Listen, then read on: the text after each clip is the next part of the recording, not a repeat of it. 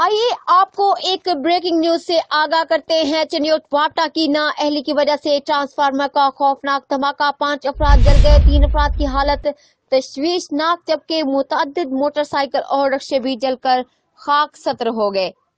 वापटा की लापरवाही की वजह से खत्मे नबूवत चौक जंग रोड पर बिजली के ट्रांसफार्मर का खौफनाक धमाका, जिसकी वजह से आग ने मुतअद्दिद रक्षा मोटरसाइकिल समेत 5 अफराद को अपनी लपेट में ले लिया।